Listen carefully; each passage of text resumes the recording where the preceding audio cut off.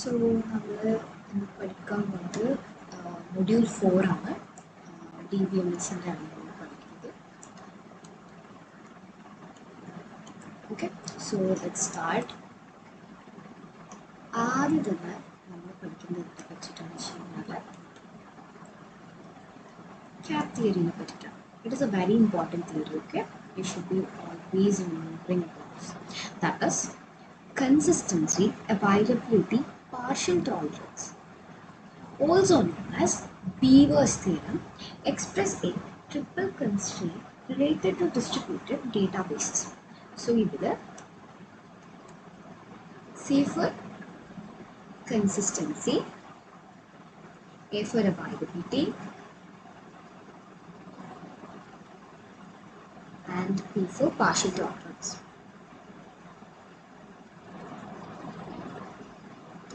Okay, ഇതിൻ്റെ വേറൊരു പേരാണ് എന്താണ്? Brewers theorem. ഓക്കെ ആണോ? ഓക്കെ.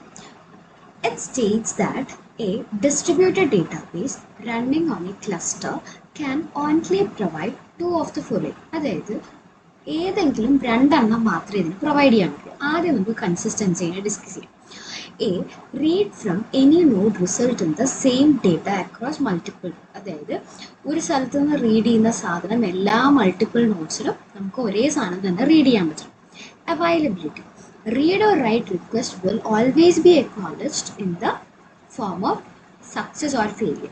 എന്തെങ്കിലും ഒരു റെസ്പോൺസ് കൊടുത്തിട്ടുണ്ടായിരിക്കും. അതിപ്പോൾ സക്സസ് ആണോ അല്ലെങ്കിൽ ഫെയിലിയർ ആണോ. ഫെയിലിയർ ആയെങ്കിൽ ഫെയിലിയർ ആയി പറഞ്ഞിട്ടുള്ള ഒരു മെസ്സേജ് കൊടുക്കും, അല്ലെങ്കിൽ റീഡ് ആയെങ്കിൽ റീഡ് ആയി പറഞ്ഞിട്ട് മെസ്സേജ് കൊടുക്കും. അങ്ങനെ it is like no matter what available ആയിരിക്കും. Partial tolerance, a database system can tolerate communication outrages that split the cluster into multiple threads and can still service read or write request. Okay, ഇങ്ങനെ splits ഉണ്ടായി കഴിഞ്ഞാലും എന്താണ് ഇതിന് still എന്താണ് read or right request എടുക്കാൻ പറ്റും. അതാണ് partial tolerance എന്ന് പറയുന്നത്. ഓക്കെ ആണോ? ഇത് മൂന്നെണ്ണത്തിൽ ഏതെങ്കിലും രണ്ടെണ്ണം എന്തായാലും നടക്കും. ഓക്കെ, മൂന്നെണ്ണം കൂടി നടക്കാൻ പറ്റില്ല, പക്ഷെ രണ്ടെണ്ണമായിട്ട് നടക്കാൻ പറ്റും. അതാണ് ക്യാപ് തിയറം എന്ന് പറയുന്നത്. It is important. Okay, CAP തിയറത്തിൽ ഒരു എക്സാമ്പിൾ ആയിട്ട് കാണിച്ചിരിക്കുന്നതാണ്. It is consistency and availability. Okay, so ഈ ഡയഗ്രാം ഭയങ്കര ഇമ്പോർട്ടൻ്റ് ആണ്. അതായത് ഇവിടെ കൺസിസ്റ്റൻസി, അവൈലബിലിറ്റി, ഇത് രണ്ടെണ്ണം കൂടി വരുന്ന കോമ്പിനേഷനാണ് CA + C+A. അടുത്തത് പറഞ്ഞു കഴിഞ്ഞാൽ പാർട്ടീഷനും കൺസിസ്റ്റൻസിയാണ്. That is C+B. ഇത് അവൈലബിലിറ്റിയും പാർട്ടീഷനും തമ്മിലുള്ള കോമ്പിനേഷനാണ് A+B. ഈ മൂന്നെണ്ണം കൂടി, അതായത് ക്യാപ് എന്ന് പറഞ്ഞിട്ടുള്ളത് എന്താണ്? പോസിബിൾ അല്ല. ഓക്കെ, ഈ കോമ്പിനേഷൻസ് മാത്രമാണ് പോസിബിൾ ആയിട്ടുള്ളത്. If consistency and availability are required, the available nodes need to communicate to ensure consistency. Therefore partial tolerance എന്ന് പറയുന്നത് നടക്കില്ല. സിയും അതേപോലെ തന്നെ പിയും റിക്വയർഡ് ആണെങ്കിൽ എന്ത് പറ്റില്ല? അവൈലബിലിറ്റി നടക്കില്ല. എയും സിയും ഉണ്ടെങ്കിൽ എന്തുണ്ടാവില്ല? പി നടക്കില്ല.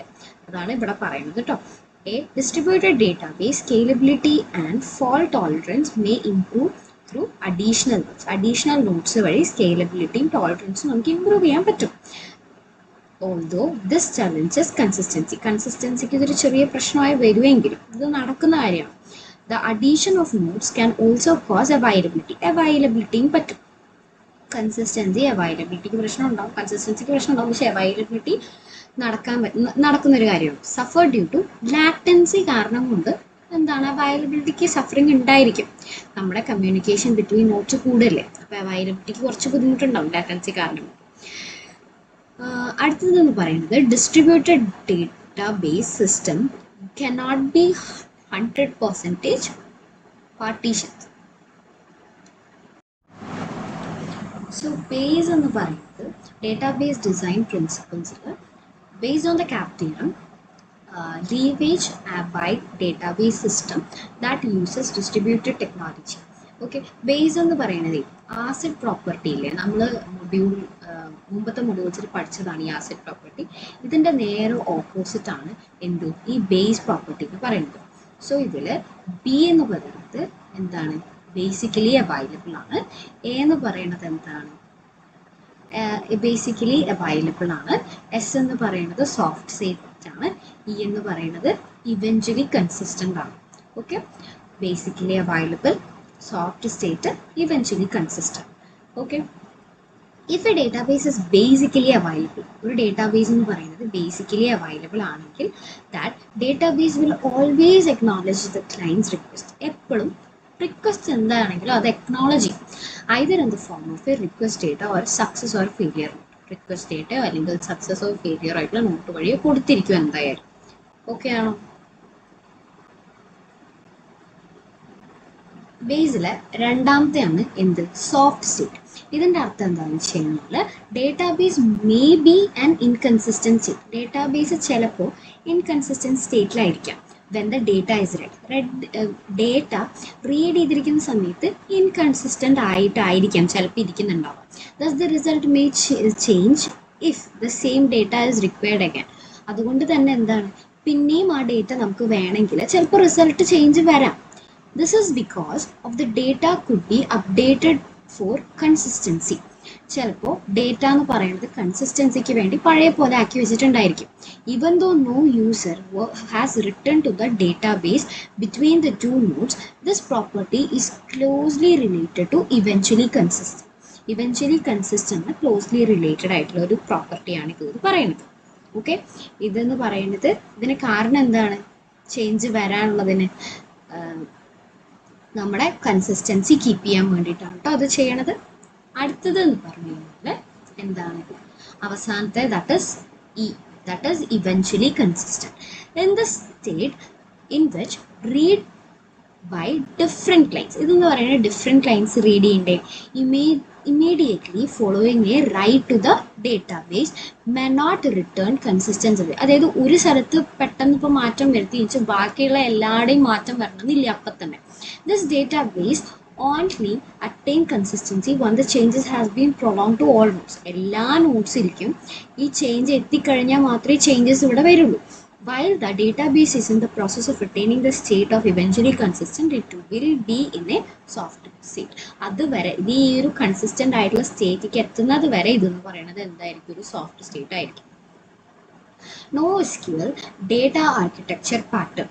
ഓക്കെ, അതിൽ കീ വാല്യൂസ് ആദ്യം ഡേറ്റാബേസിൽ സ്റ്റോർ ചെയ്യും. അതേപോലെ തന്നെ കോളം സ്റ്റോർ ഡേറ്റാബേസ് ഉണ്ട്, ഡോക്യുമെന്റ് ഡേറ്റാബേസ് ഉണ്ട്, ഗ്രാഫ് ഡേറ്റാബേസ് ഉണ്ട്. ഇത് 4 ടൈപ്സ് ആണ് NoSQL ആർക്കിടെക്ചറൽ പാറ്റേൺസിന്റെ. Key value, column, document, graph. Okay, ഇത് ഓർത്തിച്ചോളൂ കേട്ടോ. Key value, column, document, graph. ഇത് പിന്നെ ഒരു സ്ഥലത്തും കൂടി വരുന്നുണ്ട്, അതുകൊണ്ടാണ് ഞാൻ ഇത് പറഞ്ഞത്, ഓർത്തിച്ചോളൂ. സോ ആദ്യത്തെ എന്ന് പറയുന്നത് കീ വാല്യൂ സ്റ്റോർ ഡേറ്റാബേസ്. ഇതെന്ന് പറയുന്നത് ഏറ്റവും ബേസിക് ആയിട്ടുള്ള ഡേറ്റ മോഡലാണ്. ഇതെന്ന് പറയുന്നത് എന്താ, പേരിൽ തന്നെ ഉണ്ട് അല്ലേ, കീ വാല്യൂ പെയേഴ്സ് ആണ് സ്റ്റോർ ചെയ്തിരിക്കുന്നത്. ഇതെന്ന് പറയുന്നത് ഇൻറ്റീജർ ആവാം, സ്ട്രിങ് ആവാം, അല്ലെങ്കിൽ ഏതെങ്കിലും ഒരു ഡേറ്റ ടൈപ്പ് ആയിരിക്കാം. പക്ഷെ എപ്പോഴും ശ്രദ്ധിക്കേണ്ട കാര്യം ഇതെന്ന് പറയുന്നത് യുണീക്ക് ആയിരിക്കണം, കോറിലേറ്റഡ് ടു ദ കീ. ജിപ്സൺ ആയിരിക്കാം, ഗ്ലോബ് ആയിരിക്കാം, സ്ട്രിങ് ആയിരിക്കാം, എങ്ങനെ ആയിരിക്കാം കുഴപ്പമില്ല. സോ നമ്മുടെ ആദ്യത്തെയാണ് ഈ കീ എന്ന് പറയുന്നത്. എന്താ പറയുക, ഇതെന്ന് പറയുന്നത് അതിൻ്റെ ലിങ്ക് ആണ്, റൈറ്റ്. ഇതെന്ന് പറയുന്നത് എന്താ, വെബ് പേജ്, അതിൻ്റെ വാല്യൂ. ഇത് എവിടെയാണ് ഉണ്ടാവും, ഇത് എവിടെയാണ് നമ്മൾ കൊടുക്കണേ, ഇവിടെ അല്ലേ. ഇതെന്ന് പറയുന്നത് ഇമേജ് ആണ്. ഇതെന്ന് പറയുന്നത് എന്ത് ടൈപ്പാണ്, ഇവിടെ. ഓക്കെ, മനസ്സിലായോ? ഇതാണ് കീ വാല്യൂസ് ആണ്, അതിൻ്റെ ഒരു എക്സാമ്പിൾ ആണ് ഇത്. ഇനി ഇതിൻ്റെ അഡ്വാൻറ്റേജസ്, ഡിസ്അഡ്വാൻറ്റേജസ്, പിന്നെ എവിടെയൊക്കെയാണ് യൂസ് ചെയ്തതെന്ന് പറഞ്ഞുതരാം. ആദ്യത്തെ എന്ന് പറയുന്നത് അഡ്വാൻറ്റേജസ്. അഡ്വാൻറ്റേജസ് എന്ന് പറയുന്നത് ഭയങ്കര ഈസിലി റിട്രീവൽ ആണ്. അതേപോലെ തന്നെ നമുക്ക് ലാർജ് ഡേറ്റ ഹാൻഡിൽ ചെയ്യാൻ പറ്റും. ഡിസ്അഡ്വാൻറ്റേജ് എന്ന് പറയുന്നത് പെർഫോമൻസ് കുറവാണ്. അതേപോലെ തന്നെ കോംപ്ലെക്സ് ആയിട്ടുള്ള റിലേഷൻഷിപ്സ് ഇതിലുണ്ടാവാൻ ചാൻസ്. ഇത് കൂടുതൽ യൂസ് ചെയ്യുന്നത് റെഡെക്സ്, അതേപോലെ തന്നെ റിയാക്ട്സ്, അങ്ങനത്തെ സ്ഥലങ്ങളിലാണ് യൂസ് ചെയ്യുന്നത്. നമ്മുടെ രണ്ടാമത്തെ ടൈപ്പാണ് that is column store database.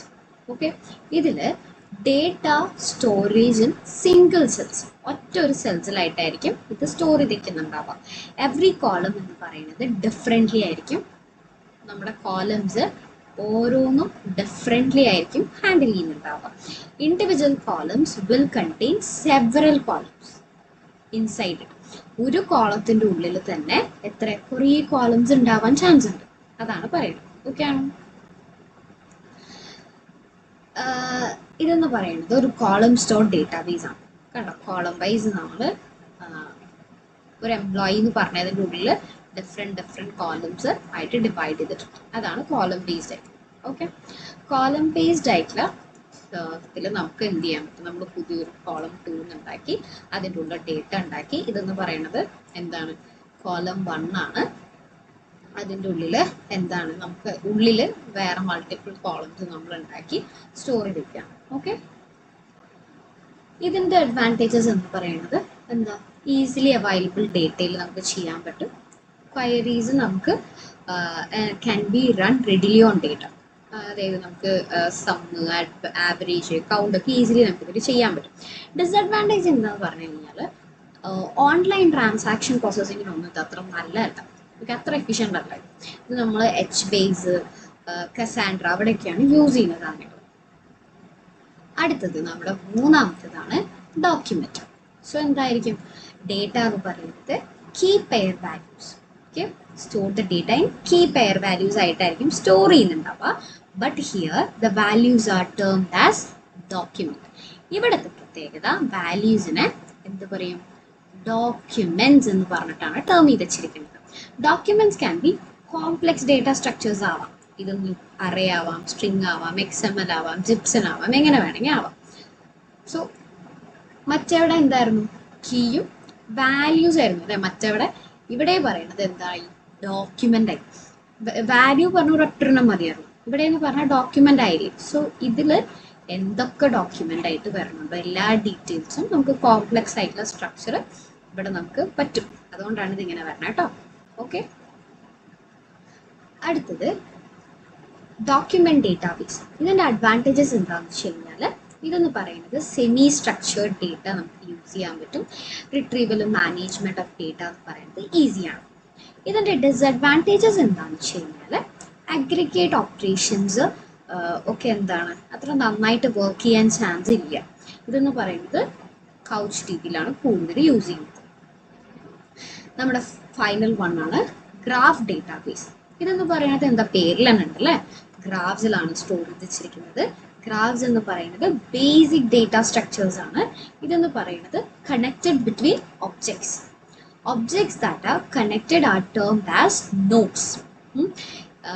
Objects ഏതാണോ നോഡ്സ് ആയിട്ട് കണക്ട് ചെയ്ത് വെച്ചിരിക്കുന്നത് അതിന് എന്താ പറയുക? നോഡ്സ് എന്നാണ് പറയുക. Relationships that defines these objects are termed. ഇത് തമ്മിലുള്ള റിലേഷൻഷിപ്സ് ഡിഫൈൻ ചെയ്യുന്ന ഒബ്ജക്ട്സിന് എന്താ പറയുക? എഡ്ജസ്. നോട്ട്സും എഡ്ജസും. സോ ഗ്രാഫിൽ എങ്ങനെയാണ് കാണിക്കണേ? നോട്ട്സും എഡ്ജസും ആയിട്ടാണ് കേട്ടോ കാണിക്കുന്നത്. ഓർത്തച്ചോളൂ. സോ നമ്മുടെ 4 കഴിഞ്ഞു കേട്ടോ. സോ നമുക്കിനി അടുത്തത് ഡിസ്കസ് ചെയ്യാനുള്ളത് എന്താണ്? NoSQL ഡാറ്റ പാറ്റേണിൻ്റെ ഈ സംഭവം. ഓക്കെ, ഗ്രാഫ് ഡേറ്റാബേസിൻ്റെ ഒരു എക്സാമ്പിളാണിത്. പേഴ്സൺ ടു പേഴ്സൺ ഇവരെന്താണ്? ഫ്രണ്ട്സാണ്. ഓക്കെ, ഈ ആദ്യത്തെ പേഴ്സൺ 1, പേഴ്സൺ 2, ഈ പേഴ്സൺ എന്ന് പറയുന്നത് ബൈസൈക്കിൾ ഓൺ ചെയ്യുന്നത്. ഇത് ഇവൻ്റെയാണ് വണ്ടി, പക്ഷേ ഓടിക്കുന്നത് ആരാണ്? പേഴ്സൺ 2 ആണ്. ഓക്കെ, നമ്മൾ ഇത് സ്ഥിരം പണിയല്ലേ, ഫ്രണ്ട്സ് ഒന്നും വണ്ടി എടുത്തോണ്ട് പോകും അതാണ്. ഓക്കെ, സോ ഇതിൻ്റെ അഡ്വാൻറ്റേജസ് എന്ന് പറയുന്നത് ഫാസ്റ്റസ്റ്റ് ട്രാവേഴ്സൽ, അതേപോലെ തന്നെ റിട്രീവലും എളുപ്പമാണ്. ട്രാവേഴ്സിൽ അറിയില്ല, ഇങ്ങനെ ഒരു ഡേറ്റ നമുക്ക് പെട്ടെന്ന് ട്രാവേഴ്സ് ചെയ്ത് പോകാനും എളുപ്പമാണ്, അതേപോലെ തന്നെ റിട്രീവലും എളുപ്പമാണ്. ഡിസഡ്വാൻറ്റേജ് എന്താണ്? ഇൻഫിനിറ്റ് ലൂപ്സിൽ പെട്ടുപോകാൻ ചാൻസ് ഉണ്ട്. സൈക്കിള് വന്നു കഴിഞ്ഞാൽ പ്രശ്നമാവും. ഓക്കെ, ഇതെന്ന് പറയുന്നത് Neo4j ഇത് യൂസ് ചെയ്യുന്നത്. സോ ഇതൊക്കെയാണ് മൊഡ്യൂൾ 4 വരുന്നത് കേട്ടോ.